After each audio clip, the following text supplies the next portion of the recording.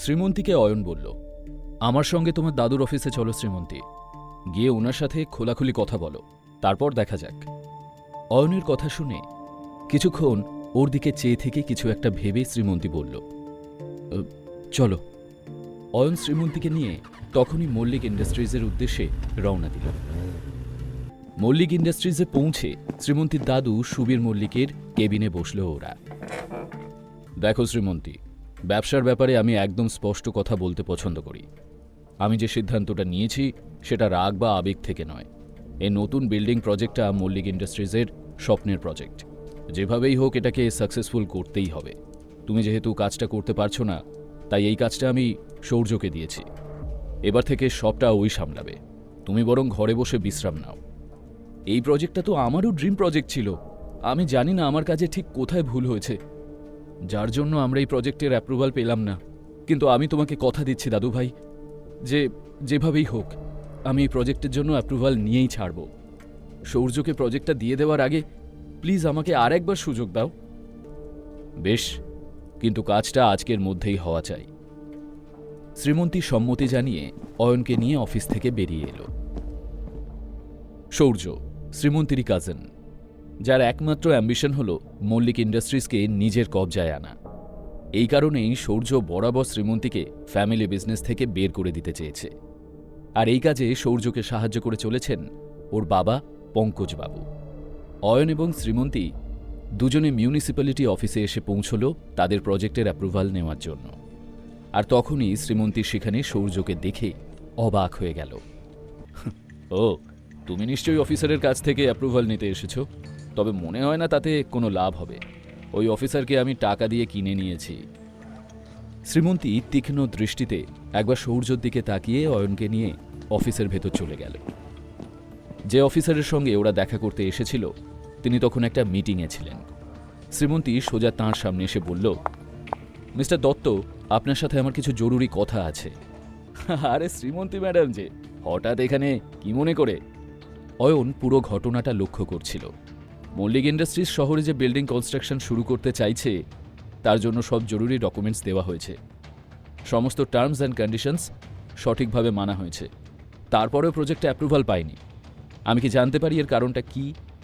ঠিক সেই মুহূর্তেই শ্রীমন্তীর পেছন থেকে এক মহিলার গলা শোনা গেল, আমি অ্যাপ্রুভাল দিতে বারণ করেছি।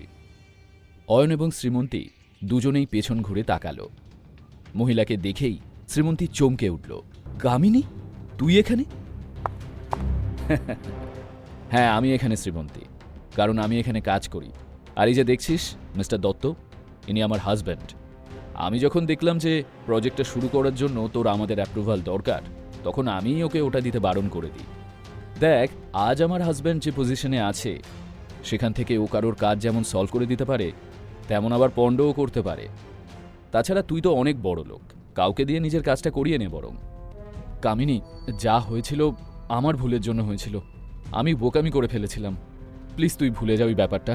আর আমি কোনোদিন ওই ঘটনাটা ভুলতে পারবো না শ্রীমন্তী, কোনো দিনও না। আমার জীবনের সব থেকে ভালো খবরটা সেদিন আমি আমার বান্ধবীদের সাথে শেয়ার করেছিলাম। জানিয়েছিলাম আমার বিয়ে ঠিক হয়েছে। তুইও ছিলিস সেখানে, মনে আছে তুই কি করেছিলি? আমার হবু স্বামীকে নিয়ে ঠাট্টা করেছিলি তুই। কেন? কারণ আমার হাজব্যান্ড তখন বেকার ছিল। তুই এমন অপমান করেছিলি যে সবাই আমাকে নিয়ে হাসাহাসি করেছিল। আমি সেদিন চোখে জল নিয়ে ওখান থেকে চলে গিয়েছিলাম, মনে আছে? কামিনী, সেদিন আমি খুব বোকামি করেছিলাম। তার জন্য আজও গিল্টে ফিল করি আমি। এমন পরিস্থিতি দেখে অয়নও বুঝতে পারছিল না ওর কি করা উচিত। এখন গিল্টি ফিল করে কি হবে শ্রীমন্তী? ওই অপমানের কথা আমি কখনো ভুলতে পারবো না। আর আমি ডিসাইড করেছি অপমানের বদলে তোকে অপমানই ফিরিয়ে দেব। মানে? কামিনী এবার ভালো করে অয়নকে দেখে নিয়ে বলল, এটা তোর হাজব্যান্ড, রাইট? তা এর কি যোগ্যতা আছে? এ তো আমার স্বামীর নখের যোগ্যও নয়। তাছাড়া আমি শুনেছি তোর হাজব্যান্ড নাকি ঘর জামাই হয়ে থাকে। কামিনী, তুই ভুল করছিস কিন্তু। এখনো তো আমি তোর সাথে কিছুই করিনি শ্রীমন্তী, এবার করব।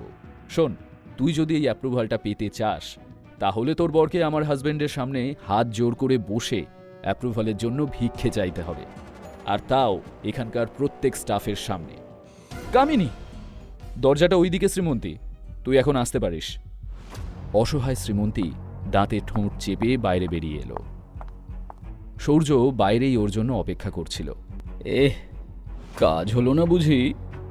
So sad. এবার তো তুমি প্রজেক্টটা আমার কাছে হ্যান্ড ওভার করতে বাধ্য। দাদুর চোখে এখন আর তোমার কোনো ভ্যালিউ নেই, তাই ওনার সিদ্ধান্ত অনুযায়ী এবার তো কোম্পানি থেকেও তোমাকে সরে যেতে হবে। যাই হোক, এসব নিয়ে টেনশন না করে তুমি বরং বাড়ি গিয়ে রেস্ট নাও। এতদিন বর বেকার ছিল, এখন বউও। তা তোমার বর মহারাজটি কোথায় গেল? সূর্যের কথার জবাব দিতে গিয়েই শ্রীমন্তী খেয়াল করে দেখল যে সত্যি অয়ন ওর সাথে বেরোয়নি। শ্রীমন্তী দ্রুত অফিসের দিকে ফিরে গেল। অফিস রুমের স্বচ্ছ কাচের জানলা দিয়ে ভেতরটা পরিষ্কার দেখা যাচ্ছে। ভেতরে চোখ পড়তেই চমকে উঠল শ্রীমন্তী। অয়ন সব স্টাফদের মাঝখানে হাত জোর করে বসে অ্যাপ্রুভালের জন্য ভিক্ষা চাইছে, আর ওর এই অবস্থা দেখে সকলে হাসাহাসি করছে। এটা দেখে শ্রীমন্তীর চোখে জল এসে গেল। ও দ্রুত অফিস রুমের দরজা খুলতে যেতেই দরজা খুলে ভেতর থেকে বেরিয়ে এলো কামিনী। সত্যি ছেলেটা কিন্তু তোকে খুব ভালোবাসে, তোর জন্য সব কিছু করতে পারে। কোথা থেকে পেলি রে একে? যাই হোক, কংগ্র্যাচুলেশনস, অ্যাপ্রুভালটা তুই পেয়ে গেছিস। তা কি করে পসিবল? আমি তো প্রজেক্টটা আটকানোর জন্য টাকা দিয়েছিলাম আপনাদের। ও, আপনার টাকা আপনি ফেরত পেয়ে যাবেন। আমি তো শুধু শ্রীমন্তীর ওপর রিভেঞ্জ নিতে চেয়েছিলাম, এতদিনে সেটা করতে পারলাম। কথা শেষ করে কামিনী এখান থেকে চলে গেল। এদিকে অয়ন অফিস থেকে বেরোতেই, তুমি কি ভাবো নিজেকে? কাকে জিজ্ঞেস করে তুমি এসব করলে? ভাবলে যে নিজে অসম্মানিত হয়ে অ্যাপ্রুভালটা নিয়ে নেবে, আর আমি দাঁড়িয়ে দাঁড়িয়ে তোমাকে বাহবা দেব? আচ্ছা, তুমি কি আমাকে এতটাই দুর্বল মানসিকতার ভাবো?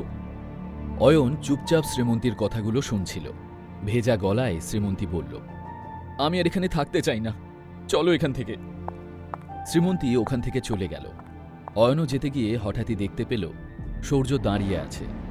রাগে মুখ লাল হয়ে উঠেছে তার, যেন পারলে অয়নকে গিলে খাবে। তোর কি মনে হয় তুই এসব করলে শ্রীমন্তী সবকিছু ফিরে পাবে? আমি ওকে সব দিক থেকে শেষ করে দেব। আমি থাকতে তুই কেন, পৃথিবীর কোনো মাইকা লাল শ্রীমন্তীর দিকে চোখ তুলে তাকানোরও সাহস পাবে না। ওর ক্ষতি করা তো দূর। ও, তা কতদিন তুই তোর বউকে প্রোটেক্ট করবি? তোদের দুজনের সম্পর্কটাই আমি শেষ করে দেব। চেষ্টা করে দেখ, তুই নিজেই শেষ হয়ে যাবি। শ্রীমন্তীকে নিয়ে অয়ন বাড়ি ফিরতেই শ্রীমন্তীর ফোনে ওর দাদু সুবীর বাবুর ফোন এলো। শ্রীমন্তী, তুমি কাজটা সাকসেসফুলি করতে পেরেছো, সেই জন্য আই অ্যাম রিয়েলি ইমপ্রেসড। তোমার অনারে আজ একটা পার্টি অ্যারেঞ্জ করা হয়েছে আমাদের পুরনো বাড়িতে। তুমি অয়নকে নিয়ে চলে এসো, কেমন? থ্যাংক ইউ দাদু ভাই, থ্যাংক ইউ সো মাচ। আমরা অবশ্যই যাব। কি হয়েছে শ্রীমন্তী? দাদু ভাই আজ পুরনো বাড়িতে একটা পার্টি রেখেছে, আমাদের দুজনকে ইনভাইট করেছে। মানে পার্টিতে ডেকেছে ঠিকই, কিন্তু তাতে এত খুশি হওয়ার কিছু নেই। দাদু ভাই বলেছে তুমি আমাকে জাস্ট পৌঁছে দিতে যাবে। অয়নও মনে মনে দারুণ খুশি হলেও মুখে সেটা প্রকাশ করল না। পার্টিতে যাওয়ার জন্য নিজের আলমারি খুলে জামাকাপড় বের করতে গিয়ে অয়ন অবাক হয়ে দেখল যে আলমারিতে কয়েকটা নতুন শার্ট প্যান্টের সেট ঝুলছে। এতে এত অবাক হওয়ার কিছু নেই। আমি নিজের জন্য কিছু জামাকাপড় কিনেছিলাম, তার মধ্যে থেকে কয়েকটা ফিট হচ্ছিল না। সেগুলো ফেরত দিতে গেলে দোকানদার টাকা ফেরত দিতে চাইল না, তাই ওই দামে তোমার কয়েকটা জামাকাপড় কিনেছি। আজ পার্টিতে এখান থেকেই কিছু একটা পরে যেও। আর তখনই শ্রীমন্তীর ফোনটা বেজে উঠল। দেখল দিশা ফোন করেছে।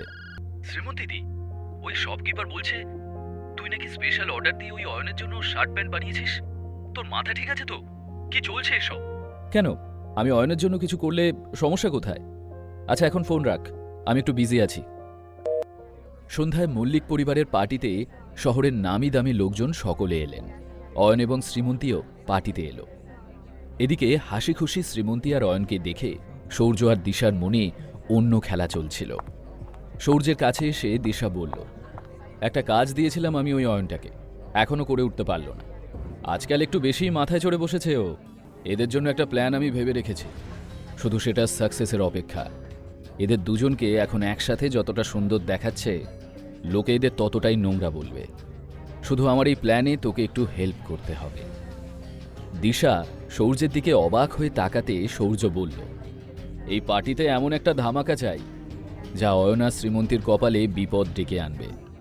আজ ওদের এমন অপদস্থ করতে হবে যাতে ভুলেও আর কোনোদিন এ বাড়ির ছায়া না মারায় ওরা। আর সব কিছুর জন্য কালপ্রিট বানাতে হবে ওই অয়নটাকে। ব্যাস, তাহলেই প্ল্যান সাকসেসফুল। কিন্তু কিভাবে হবে এসব? সূর্যের মুখে একটা কুটিল হাসি খেলে গেল। ও হেসে বলল, দেখতে থাক আমি কি করি। কি প্ল্যান এসেছে সূর্যের মাথায়? অয়ন আর শ্রীমন্তীর সম্পর্কটা কি ওরা শেষ করে দিতে চায়?